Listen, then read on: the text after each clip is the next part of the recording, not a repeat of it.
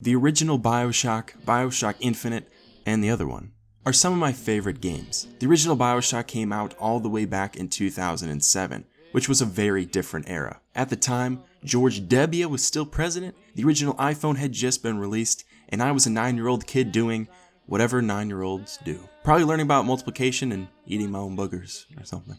And I also may have been making videos online that are still up, but you're never gonna find. Freaking Jesus! Ah! I threw the grenade on myself! No! No, run! Run, you dumb... Oh my god, you dumb little piece... I didn't play BioShock until many years later when I was allowed to play M-rated games, and without them traumatizing me.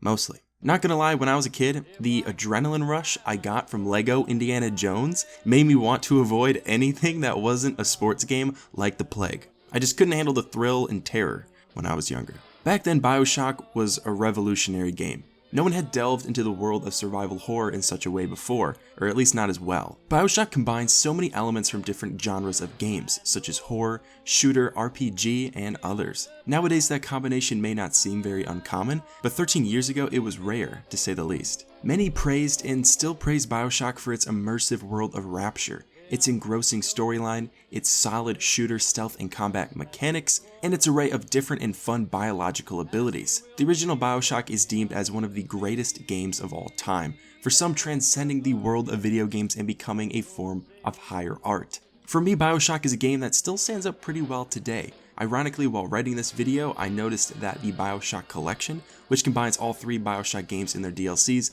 is one of the free PS Plus games of February. That's not entirely relevant to what this video is about, but hopefully that coincidence plays out in my favor in some way. I strongly believe BioShock does incredible things with its characters, world, and medium that unfortunately many players never notice. To explain what everybody's missing, I'm going to start by talking about college English classes and the film 1917.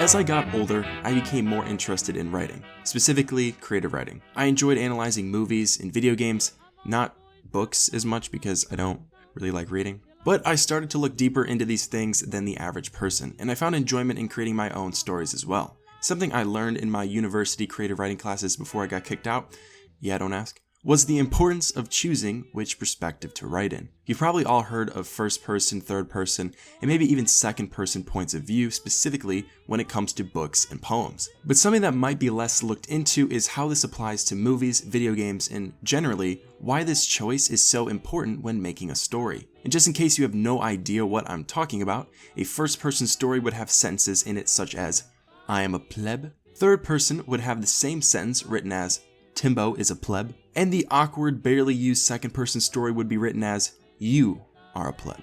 Or a plebe. From there, third person perspectives can be split up into 2 subcategories, third person limited and third person omniscient. The names are pretty self-explanatory, but an omniscient narrator is seen as an eye in the sky, free of bias or preference, and has full knowledge of all characters and situations. An example of this is The Scarlet Letter, which was just a joy to read in high school. A limited narrator is different from the first-person perspective in its writing, but it only knows what's going on in the heart and mind of one person. Its perspective is limited as if it was seeing from the eyes of only one character in the story. An example of this one would be Harry Potter. Perspectives and point of view don't seem as important in things like movies and video games, but they still play a role. Most movies have a third-person omniscient narrator as the camera acts like a godlike eye in the sky, surveying everything and showing multiple characters' actions and motivations. However, there are a few exceptions to the norm, one of those being the recent film 1917. At this point, you may be wondering where I'm going with this, but I promise it will all come together in the end. 1917 and other things like it, such as God of War, tell the story in a unique and immersive way. Unlike most forms of cinematography, 1917 chooses to make the entire film appear as if it's all taken in one continuous camera shot. This is obviously clipped together with a few clever edits, but 1917 still manages to have a mobile camera follow every second of the action. Because of this, the camera in 1917 became a character in itself. It gets the audience closer to the action as if they were there with the soldiers interacting on screen, appearing much more like a video game that constantly follows the perspective of the playable character. But even many video games venture into cutscenes with more general film-like angles, cutting to different characters at other times in faraway places. God of War and, for this example, 1917, doesn't do this all throughout the story. It continues to stay in the perspective of one character, not giving the audience any insight on what's happening outside of their point of view. In many ways, one can make the claim that films like 1917 and games like God of War choose to have a third-person limited narrator.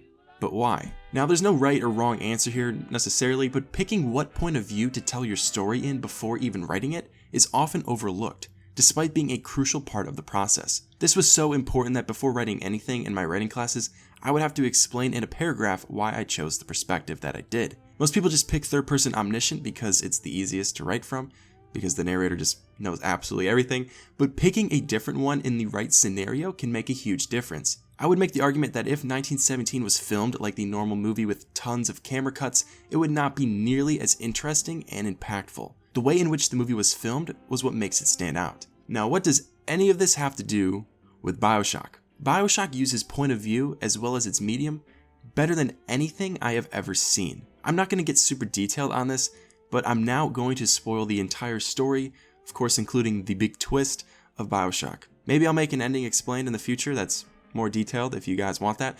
Who knows? Just don't say I didn't warn you. BioShock follows the journey of Jack, a pretty normal looking dude in a sweater, probably a turtleneck, around the underwater city of Rapture. It's 1960, the year of...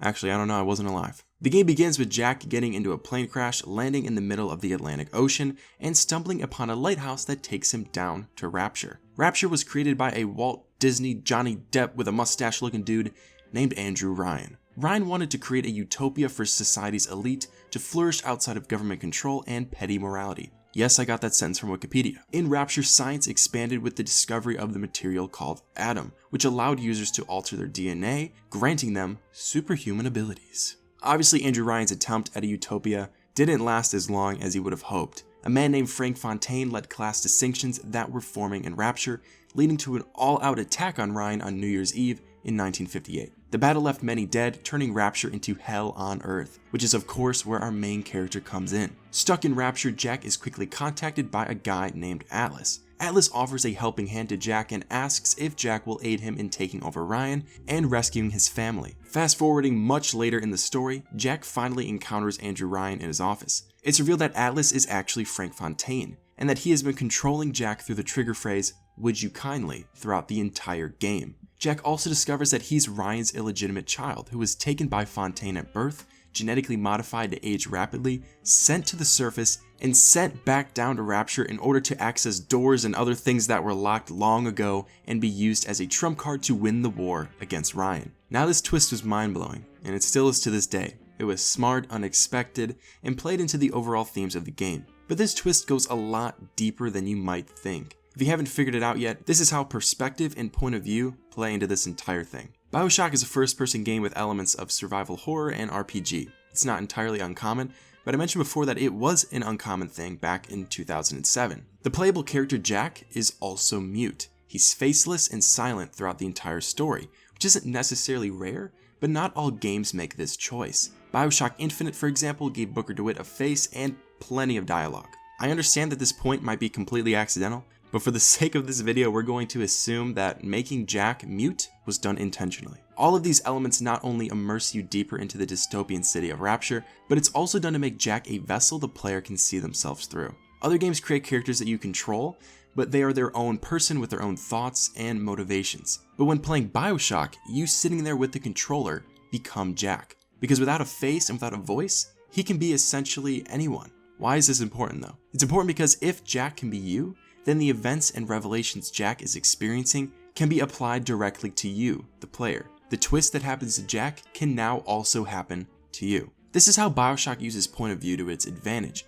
Jack realizes that this entire time, he's been a pawn in a bigger plot, serving as a slave who blindly listens to every command he's given. Because of this, Jack's humanity is put into question. Is he a man with free will, or is he a slave obeying everything the puppet masters are telling him to do? This is a powerful question that makes the audience think about society, humanity, power, government, and individualism. But things get a lot closer to home when you really start to think about what the game is doing to illustrate this point. This is an added layer that I haven't really mentioned prior to this. The fact that BioShock is a video game plays a big factor as well. Because what do you, the player, do in video games all the time? You listen to various objectives to progress through the story, blindly following and relying on arrows and markers that tell you where to go and what to do. With this being true, you can now ask that same question Jack is asking himself to you. Are you a human with free will, or are you blindly following directions, living a life designed for you by someone else? Are you working towards what you want, or are you a pawn in someone else's plan? It's truly a moment that makes you put down the controller and just think about life. Now, I'm not going to get into all that deep stuff, but I hope you can now see how point of view, perspective, and the medium itself can elevate the impact of the theme in a story. If BioShock was a film or book, it would not have been as powerful. If BioShock was a third-person game where Jack talked and acted as his own vessel, it would not have been as impactful. Not only does this add a layer to some of the brilliance behind this game, but it gives a clear example of how important some of these overlooked and seemingly insignificant story elements can be. If you're writing your own story, you can now ask yourself if it works best in the first or third person, or second if you want to be weird. And you can think about whether the story would work best as a movie, book, short story, video game, etc. Most people don't think about it all that much, and there are many examples of stories in a medium that simply don't fit. Look at like all video game movies, for example. There's a reason that they aren't supposed to be movies. But hopefully now you can see that when these elements are considered and placed in the correct setting, it can elevate a story to an entirely new level. I hope you guys enjoyed this video. If you did, leaving me a positive rating is greatly appreciated. I've got tons of different video ideas lined up, and I am planning on uploading for sure every Friday at 2:30 Central Time. And if I have a lot of free time or I'm feeling really motivated, I'll throw in another one on Tuesday most likely. For more content like this, make sure to subscribe. Thank you all so much for watching. God bless, and as always, I'll see you in the next one.